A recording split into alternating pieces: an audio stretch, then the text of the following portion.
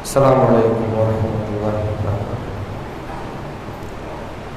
إن الحمد لله نحمده ونستعينه ونستغفره ونعوذ بالله من شرور أنفسنا ومن سيئات أعمالنا.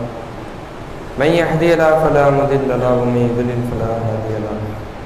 أشهد أن لا إله إلا الله وأشهد أن محمدا عبده ورسوله أما بعد.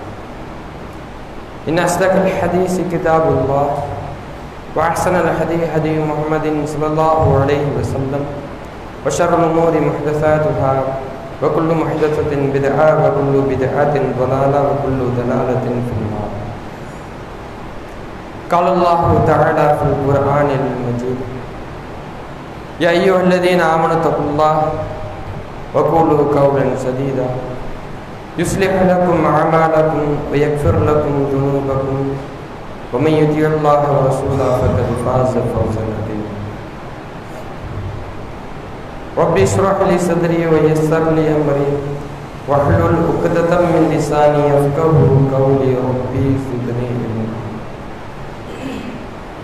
எல்லாம் அல்ல அல்லாஹ்வின் நல்லடியார்களே, அல்லாஹ்வின் மாபெரும் கருணையும் சாந்தியும் எம்பெருமானார் முஹம்மது நபி ஸல்லல்லாஹு அலைஹி வஸல்லம் அவர்களின் மீதும் அவர்களை தன்னால் முயன்றளவு பின்பற்றி வாழ்ந்து மரணித்த சத்திய சஹாபாக்கள் மீதும் சஹாபிய பெண்களின் மீதும் தாபீன்கள் மீதும் தபா தாபீன்கள் மீதும் இன்னும் முக்கியமாக அல்லாஹுடைய தூதரும் காட்டி தந்த வழியில் இங்கு ஜும்மா என்ற கடமையை நிறைவேற்றுவதற்காக வருகை தந்திருக்கக்கூடிய நம்மவர்களின் மீதும் உண்டாகட்டுமாக என்று பிரார்த்தித்தவனாக ஆரம்பம் செய்கின்றேன்.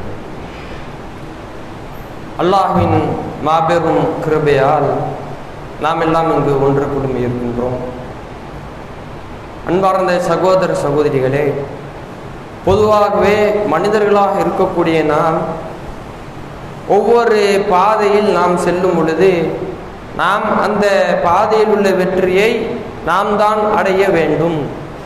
எதை எடுத்தாலும் சரி, அந்த வெற்றி நமக்கு கிடைக்க வேண்டும் என்ற நோக்கத்தில் இந்த உலகத்தில் நாம் சென்று கொண்டிருக்கின்றோம்.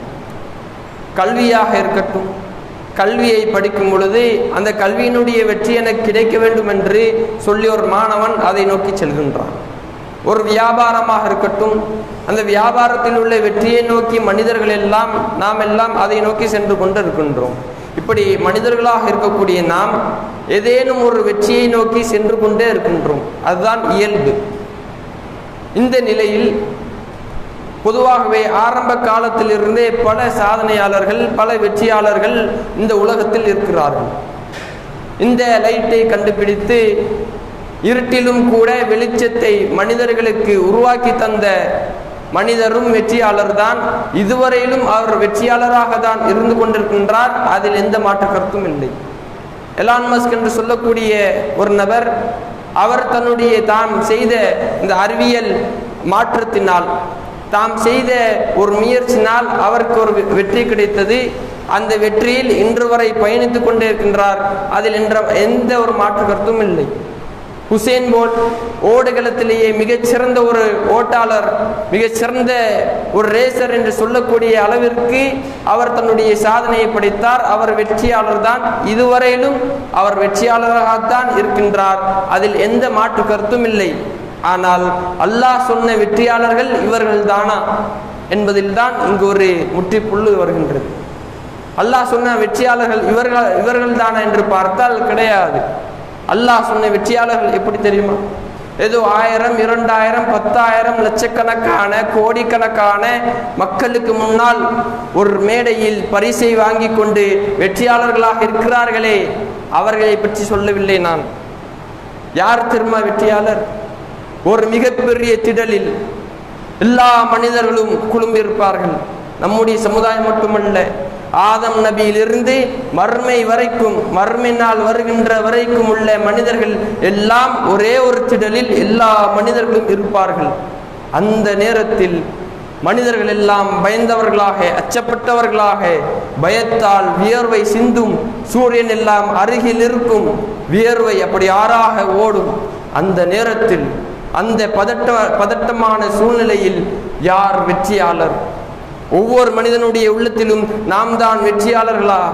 அந்த மஹ்ஷர் மைதானத்தில் நாம் நிற்கும் பொழுது நாம் தான் அந்த வெற்றியாளரா அல்லது தோல்வியாளரா என்று ஒவ்வொரு மனிதனுடைய உள்ளத்தில் பதட்டமான ஒரு சூழ்நிலை இருக்கும். அந்த ஒரு சூழ்நிலையில் வானவர்களால் அழைக்கப்பட்டு அல்லாஹ்வால் பெயர் சூட்டப்பட்டு அல்லாஹ்வால் பட்டத்தை வாங்கி கொண்டு ஒரு பெரும் சாரார் சொர்க்கத்தில் நுழைவார்களே, அவர்கள்தான் உண்மையான வெற்றியாளர்கள். அவர்களை பற்றி தான் என்று சொல்ல போகின்றேன். அல்லாஹ்வே தன்னுடைய திருமறை குர்ஆனில் டிக்ளேர் செய்து விட்டான். இவர்கள் தான் வெற்றியாளர்கள் என்று சொல்லிவிட்டான். 23வது அத்தியாயத்தை எடுத்து பாருங்கள். முதலாவது வசனத்தில் அல்லாஹ் சொல்லுகின்றான், கத் அஃப்லஹல் முஃமினூன், மூமின்கள் வெற்றி பெற்று விட்டார்களடா, மூமின்கள் தான் வெற்றி பெற்று விட்டார்கள் என்று அல்லாஹ் தஆலா தன்னுடைய திருமறையிலே சொல்லி காட்டுகின்றான். எப்படிப்பட்ட மூமின்கள்? சாதாரண மூமின்கள் கிடையாது. வெறும் நானும் மூமின் தான் என்று வாய் வார்த்தையாக சொல்லக்கூடிய மூமின்கள் கிடையாது. அல்லாஹ் சொல்லக்கூடிய மூமின்கள் எப்படிப்பட்டவர்கள் தெரியுமா? இந்த உலகத்தை வெறுக்கக்கூடியவர்கள், இந்த உலகத்தினுடைய வீணான காரியங்களை வெறுக்கக்கூடியவர்கள், இந்த உலகத்தினுடைய வீணான காரியங்களை விட்டு தவிர்ந்திருக்கக்கூடியவர்கள் தான் உண்மையான மூமின்கள். அவர்கள் தான் வெற்றி பெற்று விட்டார்கள் என்று அல்லாஹ் சொல்லி காட்டுகின்றார். அல்லாஹ்வுடைய தூதர் அவர்களுக்கு முன்னால் ஒரு செத்த ஆடு இருக்கின்றது. அல்லாஹ்வுடைய தூதர் அவர்கள் கேட்கின்றார்கள், இந்த ஆட்டை யாராவது வாங்குவீர்களா என்று கேட்கும்போது சஹாபாக்கள் எல்லாம் சொல்கிறார்கள், அது பயனே கிடையாது, நாங்கள் காசு கொடுத்து வாங்கினால் அதற்கு எந்த பயனும் கிடையாது என்று சொல்லும் பொழுது அல்லாஹ்வுடைய தூதர் சொல்கின்றார்கள், இந்த உலகமும் இப்படிதான், இந்த உலகம் இந்த ஆட்டிற்கு சமம் என்று அல்லாஹ்வுடைய தூதர் சொல்லி காட்டுகிறார்கள். நாம் எதை பிரம்மாண்டமாக கருத்து கொண்டிருக்கின்றோமோ, நாம் எந்த உலகத்தில் வெற்றி பெறுவதற்காக காத்து கொண்டிருக்கின்றோமோ அந்த உலகத்தை பார்த்து அல்லாஹ்வுடைய தூதர் சொல்கின்றார்கள், இந்த செத்த ஆட்டிற்கு சமம் என்று சொல்கின்றார்கள். நம்மிடத்தில் உள்ள கோடிக்கணக்கான பணம் அந்த செத்த ஆட்டிற்கு சமம். நம்மிடத்தில் உள்ள அந்த பெரிய பெரிய வீடுகள், பெரிய பெரிய கார்கள் எல்லாம் அந்த செத்த ஆட்டிற்கு சமமாக இருக்கின்றது என்று அல்லாஹ்வுடைய தூதர்கள் சொல்லி காட்டுகின்றார்கள். இன்னும் அல்லாஹ்வுடைய தூதர் சொல்கின்றார்கள், அத்துன்யா சிஜ்னுல் முஃமினீன், இந்த துன்யா என்பது எப்படி தெரியுமா? இந்த துன்யா என்பது மூமின்களுக்கு சிறைச்சாலை, வஜன்னத்துல் காஃபிர், இன்னும் காஃபிர்களுக்கு சொர்க்கத்தை போன்றது. இந்த மூமின்களுக்கு இந்த உலகம் என்பது சிறைச்சாலையை போன்றது. அவர்கள் விரும்பியது இந்த உலகத்தில் செய்ய முடியாது, அவர்கள் ஆசைப்பட்டது இந்த உலகத்தில் கிடைக்காது. அவர்கள் இறைவனுக்கு கட்டுப்பட்டு தான் நடக்க வேண்டும் என்ற அடிப்படையில் கட்டுப்பட்டு நடப்பார்கள். எல்லா சூழ்நிலைகளையும் தவிர்ந்து இருந்து கொள்வார்கள். வீணான காரியங்கள் எல்லாத்தையும் விட்டு விடுவார்கள். அல்லாஹ்விற்கு அஞ்சிக் கொள்வார்கள். இந்த உலகத்தில் அவர்களால் எதையும் சாதிக்க முடியாது. அல்லாஹ்விற்காக தன்னுடைய நேரத்தை செலவழித்துக் கொண்டே இருப்பார்கள். ஆனால் காஃபிர்களை எடுத்து பாருங்கள். இந்த உலகத்தில் பெரிய ஆளாக ஆக வேண்டும், இந்த உலகத்தில் நாம் தான் மிகப்பெரிய சாதனையாளர்களாக ஆக வேண்டும் என்பதற்காக யார் நம்மை படைத்தால் என்று கூட அடிப்படை நோக்கத்தை கூட அறியாமல் வாழ்ந்து கொண்டிருக்கின்றார்கள்.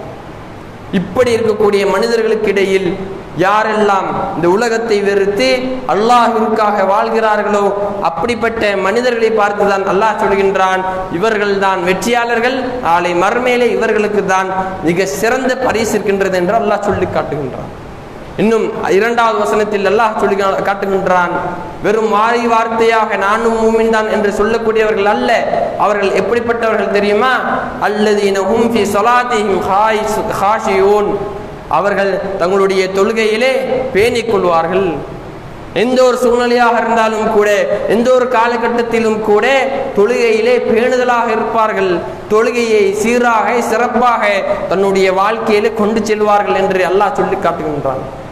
இன்னொரு இடத்தில் அல்லாஹ் சொல்லுகின்றான், இப்ராஹிம் அலைஹிஸ்ஸலாம் அவர்களை பற்றி சொல்லும் பொழுது அவர்கள் இப்ராஹிம் அலைஹிஸ்ஸலாம் அவர்களை கட்டளையிடுகின்றான், இன்ன ஸலாத்தி வ நுசுகி வ மஹ்யாய வ மமாத்தி லில்லாஹி ரப்பில் ஆலமீன், என்னுடைய தொழுகையும் என்னுடைய எல்லா வணக்க வழிபாடுகளையும் என்னுடைய வாழ்வும் மரணம் அகிலத்தை படைத்த இரட்சகனான அல்லாஹ்விற்குரியது என்று சொல்லுங்கள் என்று அல்லாஹ் கட்டளையிடுகின்றான். எதற்காக, என்ன காரணம் என்று பார்த்தால் அல்லாஹ்விற்கு அது பிடித்தமான ஒரு செயல். நாம் செய்யக்கூடிய செயல்கள் அனைத்தும், நாம் செய்யக்கூடிய நற்செயல்கள் அனைத்தையும், நாம் தொழக்கூடிய தொழுகைகள் அனைத்தையும், நாம் வழிபடக்கூடிய அனைத்து வழிபாடுகளையும் அல்லாஹ்விற்காக உரித்தாக்குவது அல்லாஹ்விற்கு மிகவும் விருப்பமானது என்பதை சொல்லி காட்டுவதற்காக இப்படி அல்லாஹ் சொல்லி காட்டுகின்றான். இப்படி பல்வேறு விஷயங்கள் மூமின்களுக்கு பற்றி அல்லாஹ் சொல்லி காட்டுகின்றான். இன்னும் அடுத்ததாக இறைவன் சொல்கின்றான், அவர்கள் வீணானதை விட்டு தவிர்ந்திருப்பார்கள், அவர்கள் வீணான காரியத்தை நோக்கி செல்ல மாட்டார்கள். இன்றைய சமுதாயத்தை எடுத்துக்கொள்ளுங்கள். இன்றைய சமுதாயம் எல்லா விஷயங்களிலும் வீணான காரியத்தை நோக்கி சென்று கொண்டிருக்கின்றார்கள். இளைஞர்களை பார்த்தால் ஃப்ரீ ஃபயர் என்று சொல்லக்கூடிய கேமை நோக்கி சென்று கொண்டிருக்கின்றார்கள். பெரியவர்களை பார்த்தால் நாடகங்களை நோக்கி சென்று கொண்டிருக்கின்றார்கள். இப்படி எல்லா மனிதர்களும் ஏதேனும் ஒரு வீணான காரியத்தை நோக்கி சென்று கொண்டிருக்கும் பொழுது கூட யார் வீணான காரியத்தை நோக்கி செல்லாமல் தன்னுடைய பாதையை அல்லாஹ்விற்காக அல்லாஹ்வுடைய பாதையில் யார் செலவிடுகிறார்களோ அவர்கள்தான் உண்மையான மூமின்கள் என்று அல்லாஹ் இந்த இடத்திலும் சொல்லி காட்டுகின்றான். அல்லாஹ் ஏராளமான இடங்களில் இதை போன்றும் இதைவிட அழகான முறையிலே மூமின்களை பற்றி சொல்லி காட்டுகின்றான்.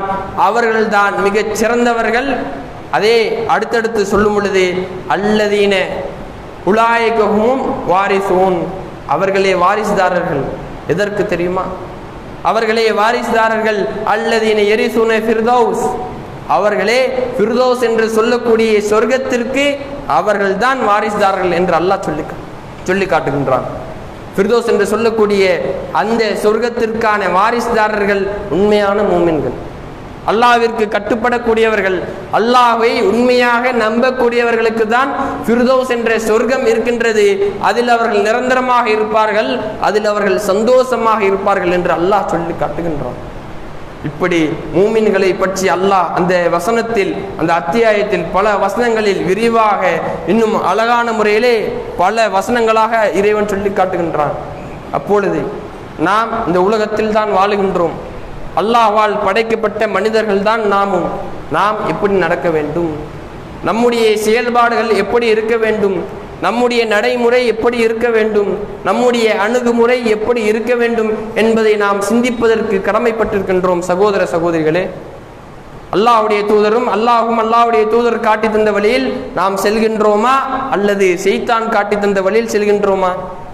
அல்லாஹ்வுடைய தூதர் சொன்ன அந்த பாதையில் நாம் செல்கின்றோமா அல்லது ஷைத்தான் காட்டி தந்த பாதையில் செல்கின்றோமா?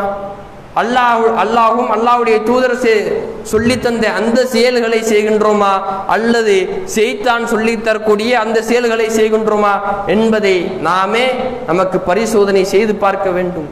அதற்கு நாம் கடமைப்பட்டிருக்கின்றோம். இந்த உலகத்தில் நாம் நம்முடைய வாழ்க்கையை திருத்தினால்தான் நாளை மறுமையிலே அந்த சொர்க்கவாசிகளாக, அந்த வெற்றியாளர்களாக நாம் ஆக முடியும்.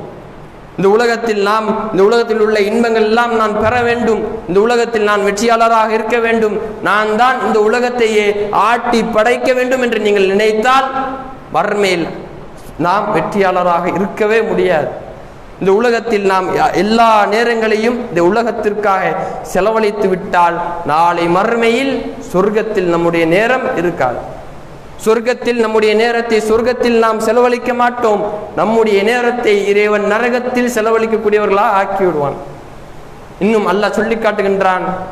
அந்த இன்னும் வசனத்தில் வெவ்வேறு வசனத்தில் அல்லாஹ் சொல்லும் பொழுது ஒமா மா சக்கர ஃபி சலக்கக்கும் ஃபி சக்கர், இந்த நரகவாசிகள் சொர்க்கவாசிகள் நரகவாசிகளிடத்தில் கேட்பார்கள், உங்களை இந்த நரகத்தில் சேர்த்தது எது? இப்படி நரகத்தில் வேதனைப்படுகிறீர்களே, நரகத்தில் இவ்வளவு வேதனை செய்யப்படுகிறீர்களே, இந்த நரகத்தில் உங்களை தள்ளியது எது என்று கேட்கும் பொழுது காலு, அவர்கள் சொல்லுவார்கள், லம் நகும் மினல் முஸல்லீன், நாங்கள் தொழக்கூடியவர்களாக இருக்கவில்லை, நாங்கள் ஏராளமான காரியங்களில் ஈடுபட்டோம், நாங்கள் வியாபாரத்தில் ஈடுபட்டோம், குடும்பத்திற்காக ஏராளமான நேரங்களை ஒதுக்கினோம், ஆனால் தொழுகைக்காக நேரத்தை ஒதுக்கவில்லை, தொழுகையை நாங்கள் சீராக நிறைவேற்றவில்லை, எங்களுடைய வாழ்க்கையில் ஒரு நாள் கூட நாங்கள் 5 நேர தொழுகைகளை நாங்கள் தொழவில்லை என்று புலம்பக்கூடியவர்களாக, அந்த நரகவாசிகளாக நாம் இருக்கக்கூடாது என்றால் இன்றைய நாள் முதல் இந்த உரைக்கு பிறகுள்ள அனைத்து கடமையான தொழுகைகளையும் நாம் நம்முடைய வாழ்க்கையில் பேணக்கூடியவர்களாக இருக்க வேண்டும். இன்னும் அல்லாஹ்வுடைய தூதர் அவர்கள் எந்த அளவிற்கு எச்சரிக்கிறார்கள் தெரியுமா? அல்லாஹ்வுடைய தூதர் சொல்கின்றார்கள், யார் தொழுகிறார்களோ யார் தொழவில்லையோ அவர்களுக்கு மத்தியில் உள்ள வேறுபாடு என்ன தெரியுமா? தொழுபவர்களுக்கும் தொழாதவர்களுக்கும் மத்தியில் உள்ள வேறுபாடு காஃபிர் என்று சொல்லக்கூடிய அளவிற்கு எச்சரிக்கிறார்கள். தொழாதவன் காஃபிர் என்று சொல்லக்கூடிய அளவிற்கு அல்லாஹ்வுடைய தூதர் அவர்கள் எச்சரிக்கிறார்கள் என்றால் தொழுகை எந்த அளவிற்கு முக்கியமானது என்பதை சிந்தித்து பாருங்கள். இந்த உலகத்தில் நாம் எப்படி 3 வேளை உண்ணுகின்றோமோ, நாம் எப்படி நம்முடைய தேவைகளை நிறைவேற்றுகின்றோமோ, நாம் எப்படி உடை அணுகின்றோமோ, அதே போன்று மனிதனுடைய வாழ்க்கையில் கண்டிப்பாக கட்டாயமாக இருக்கக்கூடிய ஒரு விஷயம் தொழுகை. இந்த தொழுகை தான் நம்முடைய வாழ்க்கையை மாற்றக்கூடியது. எப்படி? இந்த தொழுகை தான் நாளை மறுமையில் நம்மை சொர்க்கத்திற்கு கொண்டு செல்லும். இந்த உலகத்தில் நாம் சீரும் சிறப்புமாக தொழுது விட்டால் இதே தொழுகை தான் நாளை மறுமையில் நம்மை நரகில் கொண்டு சேர்க்கும். எப்படி? இந்த தொழுகை இந்த உலகத்தில் நாம் தொழவில்லையானால், இந்த தொழுகையை நாம் இந்த உலகத்தில் பேணவில்லையானால் இதே தொழுகை தான் நாளை மனிதர்களை நரகத்தில் கொண்டு சேர்க்கும் என்பதை கவனித்து கொண்டு நாம் சீரும் சிறப்புமாக நம்முடைய தொழுகைகளை பேணிக்கொள்ள வேண்டும். அல்லாஹ் தன்னுடைய திருமறையிலே சொல்லி காட்டுகின்றான், இன்ன ஸலாத்த கானத் அலல் முஃமினீன ஹக்கா கிதாபன் மௌகூதா. இந்த தொழுகை என்பது ஒவ்வொரு மூமின்களின் மீதும், ஒவ்வொரு பருவமடைந்த ஒவ்வொரு ஆண் பெண் மீது இந்த தொழுகை என்பது கட்டாய கடமையாக இருக்கின்றது என்று அல்லாஹ் சொல்லி காட்டுகின்றான். அல்லாஹ்வுடைய வார்த்தையை மீறுபவர்களாக, ஷைத்தானுடைய வழியை பின்பற்றுபவர்களாக, இன்னும் அல்லாஹ்வுடைய வழிமுறையும் அல்லாஹ்வுடைய தூதரவர்களுடைய வழிமுறையை விட்டு விடுபவர்களாக இன்று நாம் தொழுகையை விட்டுவிடக்கூடியவர்களாக இருக்கிறோம். அல்லாஹ்வுடைய அந்த வரம்பை மீறக்கூடியவர்களாக, அல்லாஹ் சொன்ன அந்த வரம்பு கோட்டை தாண்டி செல்லக்கூடியவர்களாக இன்று நாம் தொழுகையை வீணாக்கக்கூடியவர்களாக இருந்து கொண்டிருக்கின்றோம். சிந்தித்து பாருங்கள். இதே தொழுகை தான் நாளை மறுமையில் நம்மை நரகில் கொண்டு சேர்த்தால் அந்த நேரத்தில் நம்முடைய நிலை எப்படி இருக்கும்? அல்லாஹ்விடத்தில் கெஞ்ச முடியாது. அல்லாஹ் சிறிது நேரம் தா, நான் சென்று தொழுது விட்டு வருகின்றேன், சிறிது நேரம் தா, நான் சென்று தர்மம் செய்து விட்டு வருகின்றேன், இந்த கோடிக்கணக்கான பணத்தை எடுத்துக்கொள், நான் நன்மையான காரியங்களை செய்து கொண்டு வருகின்றேன் என்று அல்லாஹ்விடத்தில் அந்த தினத்தில் பரிந்துரை செய்ய முடியாது. அந்த நேரத்தில் நாம் அந்த வெற்றியாளர்களாக இருக்க வேண்டும். அந்த நேரத்தில் நாம் தான் சொர்க்கத்தில் நுழைய வேண்டும் என்று நீங்கள் எண்ணினால் தொழுகையை சீரும் சிறப்புமாக நிறைவேற்றுங்கள். வீணான காரியங்களை விட்டு தவிர்ந்து கொள்ளுங்கள். இன்னும் அல்லாஹ் சொல்லுகின்றான், அவர்கள் ஜக்காத்தை நிறைவேற்றுவார்கள், அவர்கள் நன்மையான காரியங்களை செய்வார்கள், தம்முடைய கர்ப நெறிகளை பாதுகாத்துக் கொள்வார்கள் என்று அந்த வசனங்களில் அல்லாஹ் பேசுகிறான். அப்ப இந்த விஷயங்கள் எல்லாம் நாம் நம்முடைய வாழ்க்கையில் பின்பற்றக்கூடியவர்களாக நாம் இருக்க வேண்டும் என்று கூறி இந்த உரையை நிறைவு செய்கிறேன். வாஹிதன் அல்ஹம்துலில்லாஹி ரப்பில் ஆலமீன். அஸ்ஸலாமு அலைக்கும் வரஹ்மத்துல்லாஹி வபரகாத்துஹு.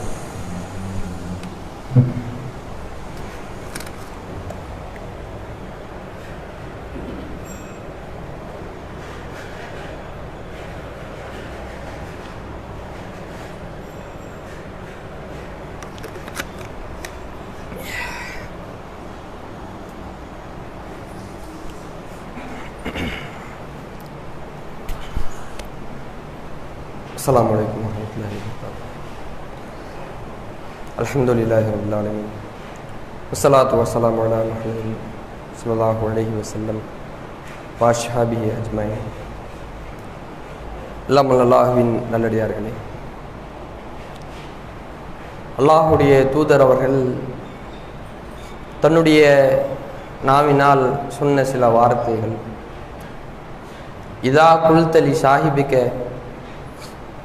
யோமுல் ஜுமாஅத்தி அன்சித் வல் இமாமு யஹ்துபு.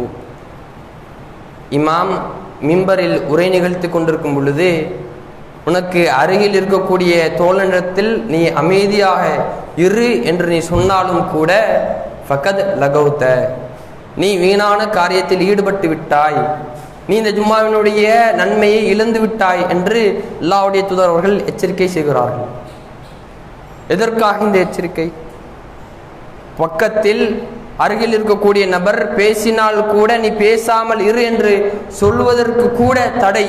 எதற்காக இந்த தடை? எதற்காக இவ்வளவு கவனமாக நாம் இந்த உரையை கேட்க வேண்டும்? எதற்காக வாரம் வாரம் இந்த உரையை கேட்பதற்கு அல்லாஹ் கடமையாக்கி உள்ளான்? எதற்காக வருடாதோறும் 2 பெருநாட்கள் என்று சொல்லி அதிலும் எதற்காக உரை நிகழ்த்தப்படுகின்றது என்பதை நாம் இந்த நேரத்தில் சிந்திக்கக்கூடியவர்களாக இருக்க வேண்டும். எதற்காக இந்த உரை? இந்த உரை என்பது சாதாரண விஷயம் கிடையாது. இந்த உரை என்பது அல்லாஹ்வின் தூதர் அவர்களுடைய காலத்திலிருந்தே இஸ்லாத்தை, இந்த உரைதான் மிக பலமாக இருக்கின்றது. இஸ்லாமிய மார்க்கத்தில் இந்த உரை மிக ஒரு பங்காக வகித்து கொண்டிருக்கின்றது. இஸ்லாமிய மார்க்கத்தின் ஆரம்ப பிரச்சாரமே உரையின் மூலம்தான் இருந்தது. அல்லாஹ்வின் தூதர் அவர்கள் உரை நிகழ்த்தி தான் இந்த இஸ்லாமிய மார்க்கத்தை எல்லா மக்களுக்கு எடுத்து சொன்னார்கள். உரையின் மூலம்தான் இஸ்லாமிய மார்க்கம் ஒட்டுமொத்த உலகத்திற்கும் கொண்டு செல்லப்பட்டது. அப்ப இந்த உரை என்பது சாதாரண ஒரு உரை கிடையாது. நாம் மனிதர்களாகத்தான் இருக்கின்றோம். பாவங்கள் என்பது மனிதர்கள் செய்யக்கூடியவர்கள் தான். பொதுவாக மனிதனுடைய இயல்பு என்பது பாவங்களை செய்யக்கூடியவன். ஆனால் அல்லாஹ் சொல்லக்கூடிய வார்த்தை என்ன? நான் மனிதனை படைத்திருக்கின்றேன், அவனை பலகீனமாக படைத்திருக்கின்றேன், அவன் பாவங்களை செய்வான். ஆனால் பாவ மன்னிப்பு அவன் கேட்டுவிட்டால் அதை நான் மன்னித்து விடுவேன். அதை கேட்காவிட்டால் நான் நாடினால் அவனை தண்டிப்பேன் அல்லது தண்டிக்காமல் இருப்பேன் என்று அல்லாஹ் சொல்லி காட்டுகின்றான். அப்பொழுது மனிதர்களாக இருக்கக்கூடிய நாம் எல்லா நேரங்களிலும் பாவம் செய்யக்கூடியவர்கள் தான். இதை அல்லாஹ்வுடைய தூதரே தன்னுடைய வாயால் சொல்லி இருக்கிறார்கள். மனிதர்களாக இருக்கக்கூடிய நாம் இரவிலும் பகலிலும் பாவம் செய்யக்கூடியவர்கள் தான். ஆனால் கவனிக்கக்கூடிய விஷயம் என்ன தெரியுமா? பாவங்கள் செய்யக்கூடிய நாம் அதற்கு ஈடாக பரிகாரம் தேடுகின்றோமா? அந்த பாவத்திற்கு ஈடான பரிகாரத்தை அல்லாஹ்விடத்தில் பாவ மன்னிப்பாக கேட்கின்றோமா என்பதுதான் இங்கு முக்கியமாக கவனிக்கக்கூடிய விஷயம். நாம் சொல்லக்கூடிய ஒவ்வொரு உரையும் நம்முடைய வாழ்க்கையில் ஏதேனும் தவறு அந்த உரையில் வந்திருந்தால், நாம் செய்யக்கூடிய தவறுகள் அந்த உரையில் சொல்லப்பட்டிருந்தால், நம்முடைய வாழ்க்கையில் இருக்கக்கூடிய தவறுகள் அந்த உரையில் சொல்லப்பட்டிருந்தால், நம்முடைய கடமை என்ன தெரியுமா? நம் மீது உள்ள கடமை அதை மாற்றுவதுதான் நம் மீது உள்ள கடமை. அல்லாஹு தஆலா தன்னுடைய திருமறையிலே சொல்லி காட்டுகின்றான், அறிவுரை கூறுங்கள், உரை நிகழ்த்துங்கள். இந்த உரை என்பது தன்ஃபஉல் முஃமினீன், மூமின்களுக்கு பயனளிக்கும் என்று அல்லாஹ் சொல்லி காட்டுகின்றான். நீங்கள் ஒரு உண்மையான மூமின்களாக இருந்தால் இந்த உரை என்பது உங்களுடைய வாழ்க்கையை மாற்றக்கூடியதாக இருக்க வேண்டும். தவறு செய்யக்கூடியவர்களாக இருந்தால், ஏதேனும் ஒரு தவறில் ஈடுபடக்கூடியவர்களாக இருந்தால் இந்த உரை உங்களுடைய வாழ்க்கையை மாற்றக்கூடியதாக இருக்க வேண்டும். இந்த உரை உங்களுடைய ஒட்டுமொத்த வாழ்க்கையை மாற்றி சொர்க்கத்திற்கு கொண்டு செல்லக்கூடிய ஒரு உரையாக அமைய வேண்டும் என்ற நோக்கம்தான் அல்லாஹும் அல்லாஹ்வுடைய தூதரும் சொன்னதர்.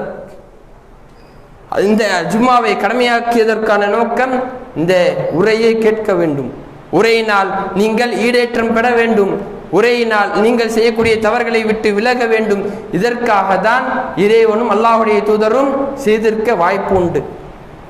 எனவே நாம் செய்யக்கூடிய தவறுகள் அனைத்தையும் விட்டு நாம் திருந்தக்கூடிய ஒரு மக்களாக இருந்து நாம் அதிகமாக அல்லாஹ்விடத்தில் பிரார்த்தனை செய்து நாம் செய்யக்கூடிய தவறுகள், நாம் அந்தரங்கமாக நாம் வெளிப்படையாக செய்யக்கூடிய எல்லா பாவங்களை விட்டும் பாவ மன்னிப்பு தேடக்கூடியவர்களாக இருக்க வேண்டும். இன்னும் நாம் செய்விக்கக்கூடிய ஒவ்வொரு உரையும் நம்முடைய வாழ்க்கையை மாற்றக்கூடியதாக இருக்க வேண்டும். நாம் ஒவ்வொரு உரையும் எத்தனையோ உரையை இதுவரைக்கும் செய்விட்டிருப்போம். ஆனால் இந்த ஜும்மா உரைக்கு பிறகு நாம் எழுந்து சென்றதுக்கு பிறகு ஜும்மாவில் என்ன சொல்லப்பட்டது, ஜும்மாவில் என்ன குறிப்பிடப்பட்டது, என்னென்ன தவறுகள் சுட்டி காட்டப்பட்டது, என்னென்ன நன்மைகள் ஏவப்பட்டது என்பதை நாம் மறந்து விடுகின்றோம். இந்த நோக்கத்திற்காகவா அல்லாஹும் அல்லாஹ்வுடைய தூதரும் இந்த உரை நிகழ்த்த சொன்னார்கள்? இந்த நோக்கத்திற்காகவா இந்த ஜும்மா என்பதை கடமையாக்கப்பட்டது என்பதை நாம் சிந்திக்க வேண்டும். சிந்திக்கக்கூடிய ஒரு நன்மக்களாக இருந்து மிகச்சிறந்த அந்த ஜன்னத்துல் ஃபிர்தௌஸ் என்ற சொர்க்கத்தை அடையக்கூடியவர்களாக இருக்க வேண்டும் என்று கூறி எனது இந்த உரையை நிறைவு செய்கிறேன். வாஹிர் தௌன் அல்ஹம்துலில்லாஹி ரப்பில் ஆலமீன். அஸ்ஸலாமு அலைக்கும் வரஹ்மத்துல்லாஹி வபரகாத்துஹு.